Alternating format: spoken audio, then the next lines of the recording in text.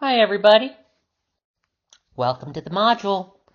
This time we're going to be talking about Firstin and Lastin. And I have here just a brief example of first and last. You got the first church in Plymouth, and you got the last of the Mohicans, which turns out, if you've ever seen the movie, is a white guy. So I'll outline these concepts of firsting and lasting. And in this, we're really building on that last module's framework, thinking about disappearing Indians and representations and stereotypes. We're going to push that understanding back in time. We're going to trace the origins of these stereotypes back in time. And we're going to use that to really do some definitional work defining settler colonialism. We'll talk about the classical definition, which emphasizes elimination. I'm going to briefly point to contemporary critiques, which focus on recognition, which is going to be the topic of that next module. And then I'll talk a little bit about this idea of playing Indian. Again, this is all building on that concept of settler time, to really understand how settler time is constructed, and then the kinds of problems that it really generates, that this generates in the context of, what's the word I'm looking for? In the context of Native people's lives. Now, Tom King gave you a real human face for these issues. The work you read this week, O'Brien, is a little more abstract. So I wanted to give you that human face first, because again, the first step is relationships, and now we're moving backwards in time, and we're expanding our understanding of the issues. Now, I just absolutely love the cover of this book. Like, you literally have the disappearing Indian. That's so funny. Indigenous humor can be a little tongue-in-cheek sometimes. Now, on page XIII, forgive me for my lack of fluency with Roman numerals, Jean O'Brien outlines her thesis. Anytime you see the phrase, this book aims to understand, start underlining, that's going to be the thesis. Now, I broke it up into a few parts to make it a little more digestible. The book aims to understand how non-Indians convinced themselves that Indians had become extinct, even though those Indians remained and do so to this day. So how do settlers convince themselves that Indians have all disappeared, even when Native American folks are still right there? Think back to that idea from Trullo, the concept of the unthinkable, right? Where for Trullo, French news sources could not conceptualize the Haitian Revolution even though it was happening. This is a kind of similar dynamic. How can you fail to recognize the people right there in front of you? Jean O'Brien is going to tell us how that gets did. And the point is, this gets at the mindset of ordinary non-Indians at the time. This tells us something about the larger cultural frameworks that make a settler society operate. Because even when non-Indians had Indian neighbors throughout the region, and even when they acknowledged that those neighbors were of Indian descent, they still denied that they were authentic Indians. So settlers were looking around in Massachusetts and southern New England, because that's where the book takes place, or is set. And they see, like, oh, there are, in fact, Indian neighbors. Like, my neighbors are Native American. Or rather, they acknowledge that they were of Indian descent. But they didn't believe that they were real Indians. Because, a real Indian was supposed to be a certain way. And these weren't full-bloods. Think about the ideas of race at the time. Or think about the kinds of ideas of, like, culture and stereotypes that Tom King brings up. And there's some factors that are really important here that O'Brien talks about. You have the rise of scientific racism. which you can see in that last quote, right? So the idea of scientific racism is that in the 1800s, Euro-American scientists and European scientists were really trying to pin down the idea that different races that race was a matter of biological differences between humans, and that different races were biologically predisposed towards different levels of intelligence, different things like different levels of social organization, etc. So what scientific racism is it's an attempt to basically restate racist beliefs, but in a language of science. It's a precursor to eugenics, and it's been discredited since before the 1900s, honestly. It was discredited in the late 1800s. But it's a belief system that was really powerful. And the idea is that there's a typology. We can classify different humans into these racial categories, and that is driven by, human nature. And so part of the reason why indigenous peoples in the area were not seen as really quote-unquote Indian was because of this insistence from scientific racism on quote-unquote blood purity. The idea that, there's a racially pure, that people can be racially pure, and that's what's good and needed, right? This sounds a little Nazi-ish because it's a little Nazi-ish. Nazis were absolutely borrowing the idea of American thinkers and scholars working in this field and the later field of eugenics. The second piece is this idea of modernity. Settlers were trying to say, what makes us a modern society? And part of that is this idea of rejecting the past. Modernity means turning away from tradition. And in this context, they looked at Native American folks and saw, oh, well, your culture is changing, so that must mean you've lost your authentic Indian culture. The last piece is nationalism and the Removal Act. In 1830, the United States passed the Indian Removal Act. This law led to the forcible removal of Native American peoples who were then sent on death marches to places like Oklahoma Territory. So the Trail and Tears, right? That's removal. Now, I should say, since we're talking about removal, that Muskogee or Creek people, they faced removal earlier than 1830. Creek removal started in the 1820s. They were kind of the pilot test case for for Andrew Jackson. And oh man, Native folks hate Andrew Jackson because, let's put it this way. You can go to the Eastern Band of Cherokee Reservation in North Carolina, and you can go watch the play that they put on, Into These Woods, which is a historical play. And you will learn about how they allied with Andrew Jackson and fought side by side with Andrew Jackson, and how he betrayed them and sent them on the Trail of Tears. It's a very common story. The Muskogee Trail of Tears also happened after they were betrayed by Andrew Jackson. I'll tell you that story later in the semester. So anyway, you have removal, right? Indigenous folks east of the Mississippi are being sent on death marches into Oklahoma Territory. Now, as all this land opens up, people start moving away from New England and away from the cities. And so all the white people in New England are freaking out. Oh no, we're losing all of our population. And one of the responses is to start constructing these national origin stories, these stories of the beginnings of the nation.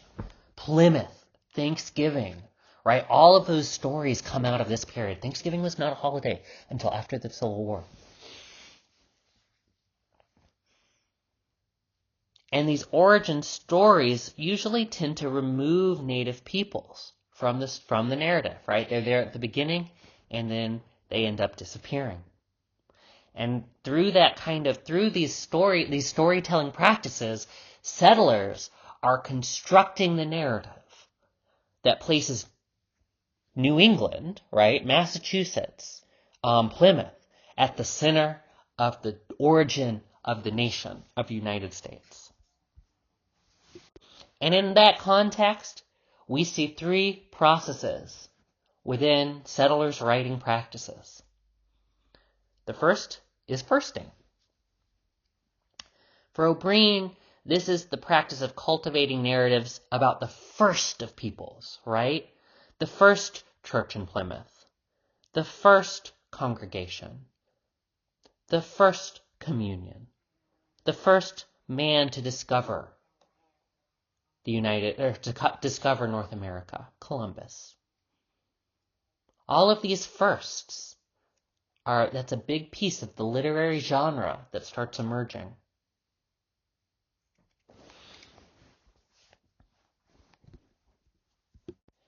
You also have lasting, the last of the Mohicans. And there's so many stories like this, the last of X tribe, of X nation. Now, The Last of the Mohicans, that's a movie. It was based on a book. It was extremely popular. You know, Mel Gibson is like some white guy who I've never fucking seen it, but I don't know, he meets some native person and or a chief or someone and learns their ways and they all die off and he's the last of the Mohicans. And it's the same fucking story as I don't know, Dancing with Wolves or fucking Avatar, the one with the blue people. You know, we love this story, right? And and this is one of the first iterations of it, The Last of the Mohicans, the book. Now, I should probably mention that the Mohican people are still around today. There was not a last of them. They still exist. And I have another example of lasting for you, and this one comes right out of California, from the Bay Area. This is the story of Ishi. If you remember when you read the Amamutsan Tribal Band website, there was a brief discussion of the genocidal practices of the state of California in the American period.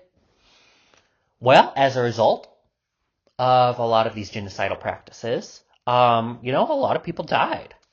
And Ishi was a man who lost everybody he knew. He lost his whole family.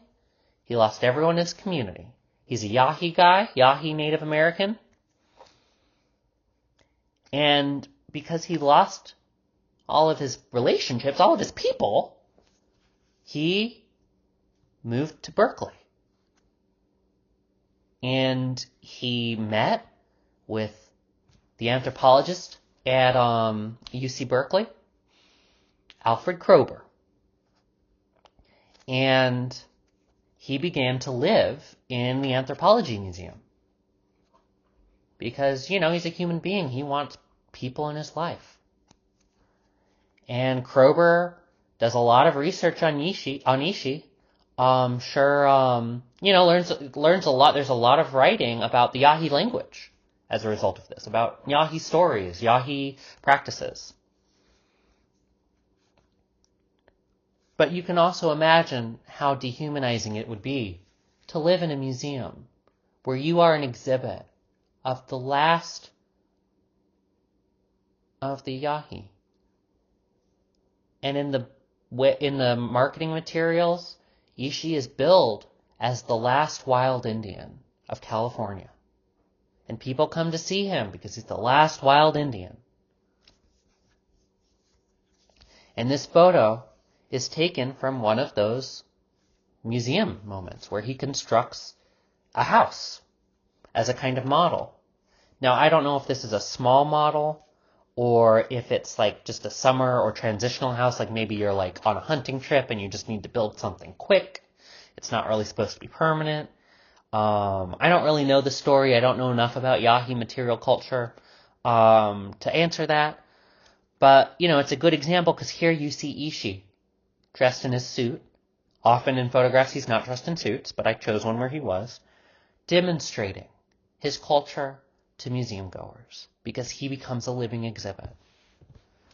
And he dies there. He dies in the museum. And there's actually a lot of controversy regarding his brain, which was preserved for science. And, there's some sacrilegious elements about doing that. And, there's efforts to repatriate Ishi's brain so it can be properly buried. So Ishi was the last wild Indian, according to these marketing practices. Now remember that name Crowbert? He came up he's been coming up a couple times. And, he's certainly operating in this kind of idea, similar to Curtis, that his job is to preserve and document Native American culture because Native Americans are disappearing. But he wants to find that authentic, untouched, pristine Native American culture that is not, he would say, corrupted by the United States, by Europeans. But that's so dehumanizing because indigenous peoples are adapting to the world as it is in every moment. It's not static. So that's lasting, right? It's about these narratives of disappearance.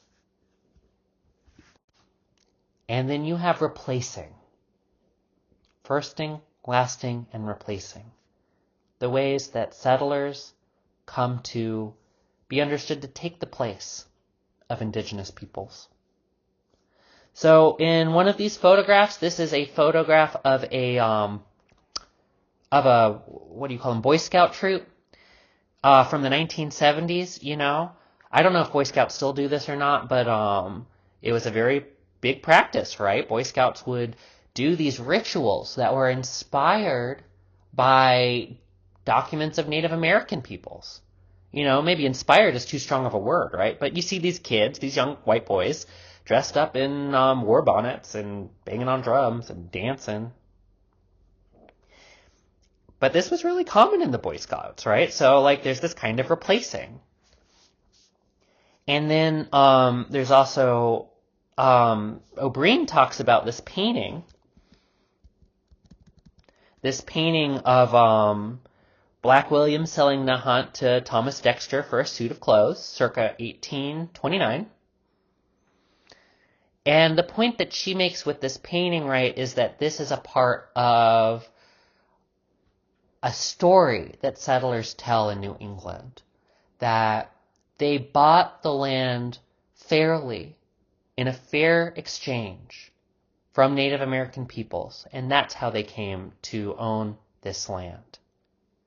Now, when I worked at Brandeis in Boston, I heard this kind of story all the time. It was wild to me, but there was a real belief that settlers had purchased the land fairly. And maybe it was done wrong in other places, but this is Massachusetts. Massachusetts is a liberal, progressive place. That's what everyone says. And in this idea, right, is that Europeans come to replace Native folks through this story of fair exchange.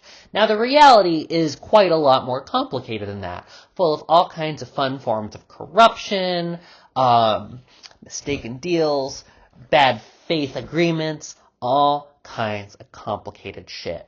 And I will say that even when I assigned people readings about that story, they believed this narrative that they were raised with, that there was this fair exchange where Europeans bought the land, that they couldn't see all the gaps, they couldn't see all the problems, they couldn't see all the trickery, all the holes, all the weird inconsistencies once you start looking too closely at the historical record.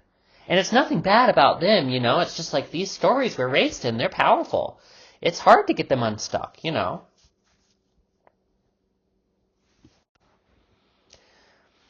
this practice of replacing, is very similar to what Philip J. Deloria, a indigenous historian, calls playing Indian. If you remember, we talked about Vine Deloria earlier. I think in the previous module, Philip Deloria son. So Philip Deloria has this idea of playing Indian, right, which is very similar to what O'Brien is talking about with replacing. O'Brien is certainly building on Deloria's ideas. And playing Indian is this practice where settlers dress up like they're Native American. And it sure happens a lot. And so Deloria frames this whole book around saying, this is a kind of weird cultural practice. What's going on? How do we understand this? Why are settlers dressing up like Native Americans? And it happens so much, right? Like it happens in the Boy Scout examples I told you about. It happens in fraternal societies. I talked in the last module about sports team mascots and cheers. It happened in the Boston Tea Party. When in the Boston Tea Party, all those Bostonians, those white Bostonians, they dressed up like Native Americans to go dump all that tea out from the docks. Now, why would they do that? What was it about Native Americanness, Indianness, that was so symbolically rich to them that it made sense to them to dress up as Native Americans as a political statement? Why would you do that? Open question. What's that cultural logic? It happens today, with ravers and headdresses, and, to reference that article, Pocahontas costumes. And this is a really funny aspect about settler colonial societies. And it's worth thinking about. Why does this keep happening? Because this really is a very common phenomenon. And it, in a strange way, is really important in how, in a settler society, how settlers construct their own identity. It's a little counterintuitive, but there's something about this idea of this romantic, prehistorical, and disappearing Indian, in which playing Indian, in which dressing up, in which doing these weird kind of rituals, where you dress up like you're an Indian. Playing, cowboys and Indians as a kid, it's another one of these rituals, is really important in how settlers craft or construct their own sense of identity and belonging. Right? If you think about sports teams, what people are doing is they're constructing their own sense of belonging. They're a part of this sports team, They're a fan, they're with their friends, supporting their team. It's a sense of community, it's a sense of belonging. And I'm just going to leave this with you as an open question, right? Like, what's going on here? Why is playing Indian so important to creating a non-Indian identity in settler societies? Okay, now stepping back, right? You have firsting, you have lasting, you have replacing and playing Indian. And what we're really talking about here is settler colonialism as a system of social organization. So I'm going to define that term for you now.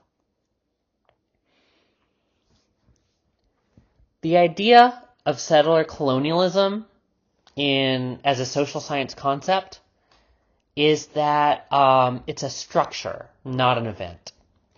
So we often talk about settler colonialism in popular culture as if it was a bad thing that happened a long time ago. And we look back and we regret it. We say, oh, that was awful. But it's over, what can you do about it? It's something that happened hundreds of years ago. But on the social science definition of settler colonialism, it's not something that happened 100 years ago. It's not an event that is over. It's a way we organize our societies. It's a principle of social organization. And that principle of social organization has two pieces of it. There's the relation of dispossession, which is about land, the dispossession of indigenous territory into the hands of the settler state or the settler society. So how does that land get taken from indigenous peoples and moved into the ownership of settlers? That's dispossession. And the logic of elimination. I'll define that a little more in a moment.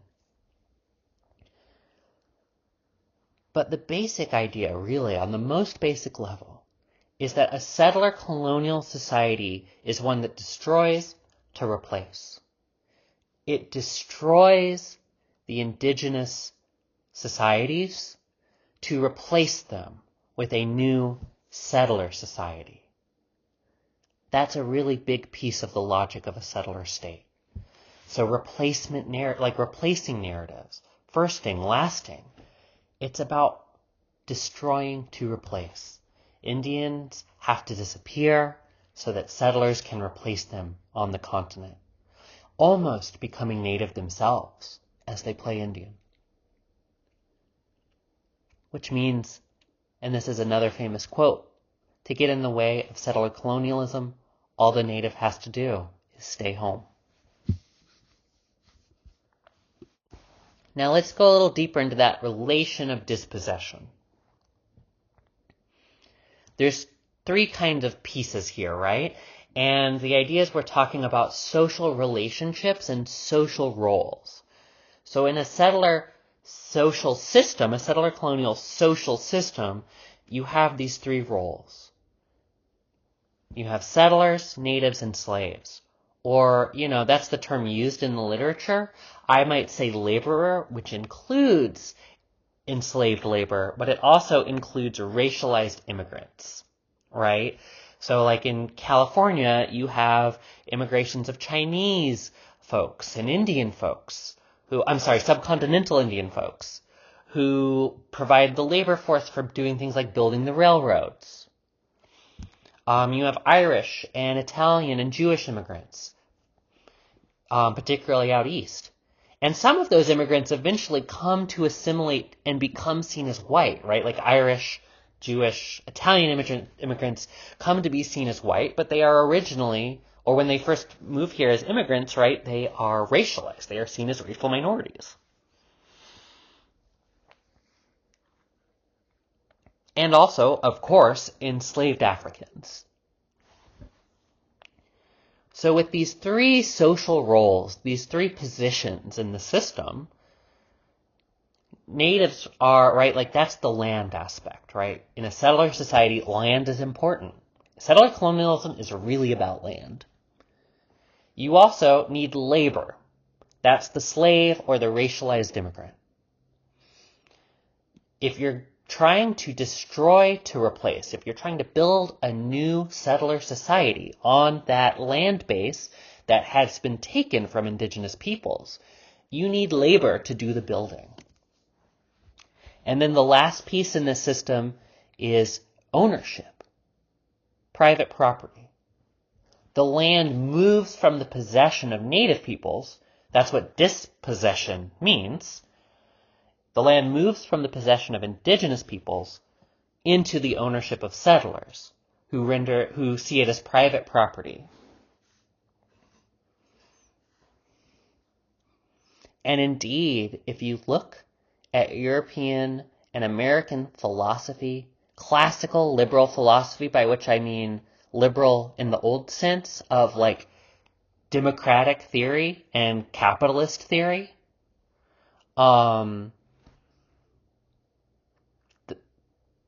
the idea in those philosophies is, what does it mean to be human? To be human is to own property. That's what makes us different from animals.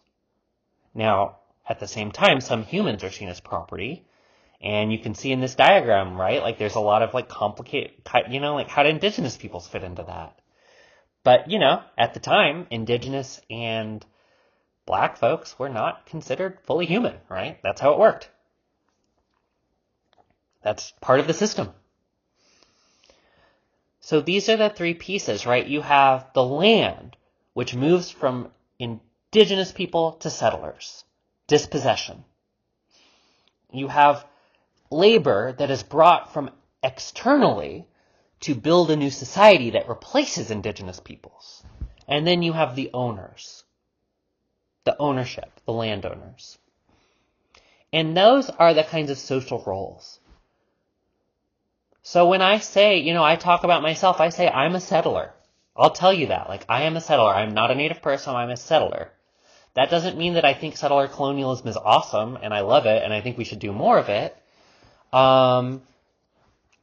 I'm pointing to my position in this system, because my relationship to indigenous peoples in a settler colonial society, my relation in this system, is on that side of the land dispossession. So this is all about relationships. This is all about social organization. And the idea, again, is settler colonialism is not an event that happened a long time ago. It's an ongoing principle of our social organization. And it has to be reproduced every single day. Because if the United States were to stop reproducing this relationship of dispossession, that would mean giving the land back, right? And without that dispossessed or stolen land base, the United States could not exist as a legal project, as a social project, as an economic project. Cabrillo couldn't exist in the way we know it today, right? Because it's part of that society built on that dispossessed land base. So these relations, this system of social organization, has to be reproduced every single day. It is a condition of possibility for the United States to exist. It is a condition of possibility for Cabrillo to exist. And it is a condition of possibility for the conversation we are having right now. So settler colonialism, it's not just a thing that happened a long time ago that we look at it and say that was bad. It's a set of social relationships today. And it intimately informs every single aspect of our lives here in this place. Now, the second piece of that definition was the logic of elimination. This part's a little more straightforward. You know, there's that quote I read earlier. To get in the way of settler colonialism, all the native has to do is stay home. That's where the logic of elimination comes in. Because in order for a settler society to see itself as just, or normal, or inevitable, or whatever it is, indigenous peoples can't exist. Because if indigenous peoples exist, and if they have a rightful claim to this territory, then the entire basis of the settler society is no longer legitimate. So elimination includes many different pieces. It includes physical genocide and war, right? The physical elimination of indigenous peoples in order to seize that land. It also includes physical removal, right? The Trail of Tears, the Removal Act of 1830, death marches. It includes cultural genocide and forced assimilation, like the boarding schools. That's another way of eliminating indigenous peoples. Not necessarily on a biological level, but on a social and cultural one. And symbolic erasure. Curtis, Mays, Firsting and Lasting. That's the symbolic erasure of indigenous peoples. Because if settlers do not believe that indigenous peoples exist, then the settler state can be seen as legitimate. If indigenous peoples are part of a prehistorical past who all have disappeared, the settler state can be seen as legitimate. Now, I'm not going to go too deep into this slide. I just want to throw out there, right, I used the phrase cultural genocide in the above slide, in the prior slide. And I just want to flag that if you look at international law, if you look at the UN Convention of Genocide, this thing that I called cultural genocide is still genocide under international law. So it doesn't really need that qualifier. And sometimes people will talk about cultural genocide in a way like as if the cultural is, that word cultural is supposed to like soften it and make it not as bad. So I just want to flag, like, it's still genocide under international law. And here's the full definition of what that definition of genocide is. I'm not going to really go over it, but it's worth just noting. So when we talk about firsting and lasting and replacing and playing Indian, right, we're looking at that practice of elimination, that logic of elimination, and how it functions, right, in this larger system that is about destroying indigenous societies to replace them by appropriating or taking that indigenous land base, which then becomes the foundation or the basis of the settler society.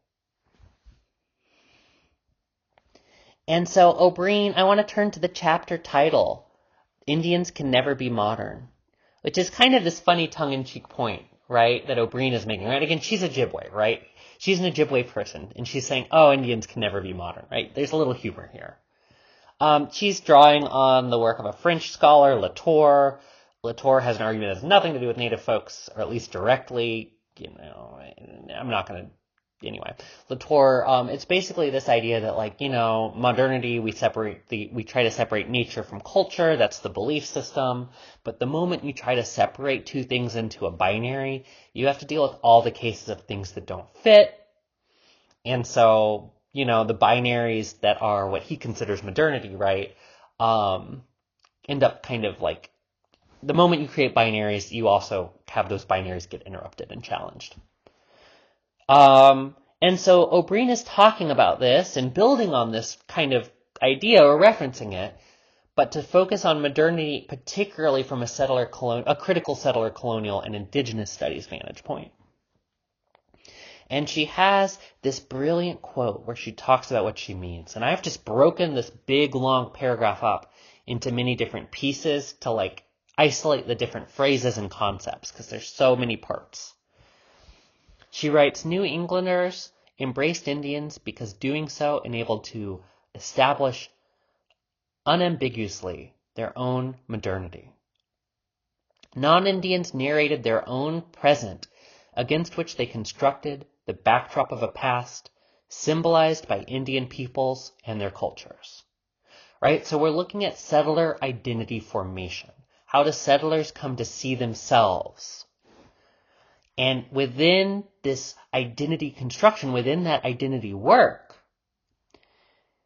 you have this symbolic or narrative opposition between settler modernity, the future, right? Progress, social advancement, against the backdrop of the past, of prehistory, which is symbolized by the stereotypical image of the Indian. So the Indian disappears to be replaced by settlers. The master narrative of New England was that it had made a stark break with the past, replacing uncivilized peoples whose histories and cultures they represented as illogically rooted in nature, tradition, and superstition, whereas New Englanders symbolized as the civilized order of culture, science, and reason. Modernity is predicated on exactly this sort of rupture. So remember what I said earlier at the beginning of this lecture, right? Modernity is this idea that we reach the future, that we reach progress by making breaks with tradition, right? We break away from the past, which we see as backwards or bad in some way. Maybe we mourn it, maybe we long for it in this kind of nostalgic way, like Karl May or Edward Curtis, but we're breaking from the past. And the past is symbolized by native folks who are seen as associated with nature, tradition, superstition, illogic, instead of the logical, rational order of civilization, of culture, of science and reason. And this is what modernity is, right? This is a cultural belief system that we see emerging in the 1800s in New England. And the erasure of indigenous peoples through these kinds of stereotypes is exactly the mechanism through which we come to imagine modernity, progress, civilization, the social good. Settler colonialism is built into all of that at the foundations. And so you see this kind of binary framework emerging, right, of settler versus native. This is a belief system. This is an ideology. I am not describing actual native peoples.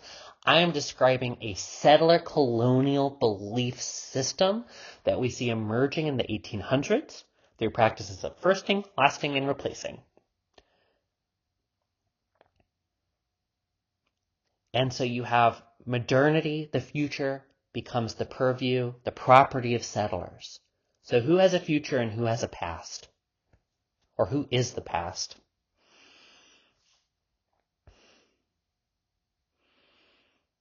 And so even when you have the kind of romantic nostalgia, like we saw in Curtis,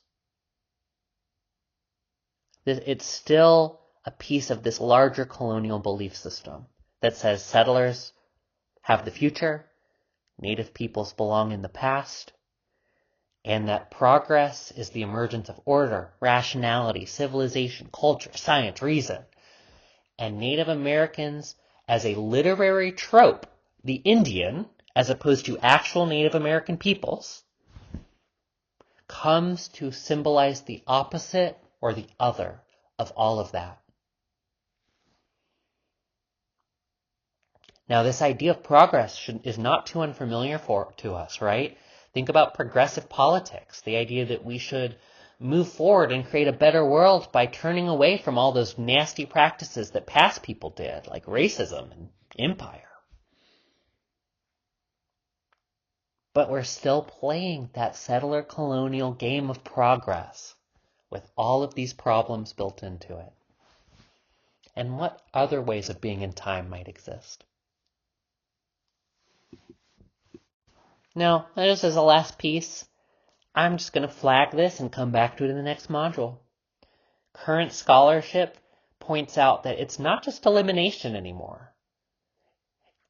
We also now have new systems of recognition that are really important in how settler colonial systems operate and reproduce themselves. And elimination and recognition are kind of two sides of the same coin in a lot of ways. Recognition emerged later in time, we'll talk about that more next module. But it's not that the logic of elimination has stopped happening. It's more that now there's another layer on top of it. Because now you can also achieve certain indigenous peoples can also gain rights and things when they are recognized by the United States or recognized as Native Americans in the popular culture and popular consciousness in mainstream media, right? You can, tribal recognition like that includes resources like funding for healthcare, self-determination, support to have your own governmental system, tribal governments that allow you to govern your own people, that allow people to self-govern.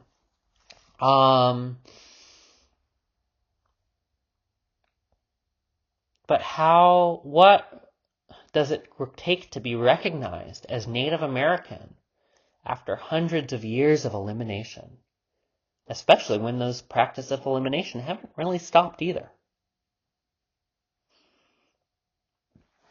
So, think about recognition. It comes up in Gene O'Brien, but think about it with this next set of readings too. And I'll just leave you with this lovely quote from O'Brien. Romanticized constructions of generalized Indians doomed to disappear were one thing. It was quite another to contemplate the extinction of the Indian peoples who might instead have been your very neighbors. At the local level, the problem of recognizing Indians played out as a tangible reality for non-Indians and Indians alike. Think of Tom King, right? In what ways was he recognized and misrecognized? And what were the tangible impacts on that? So here we have Gene O'Brien giving us insight into the construction of a settler mindset, a cultural phenomenon that emerges in the 1800s and is still very powerful today.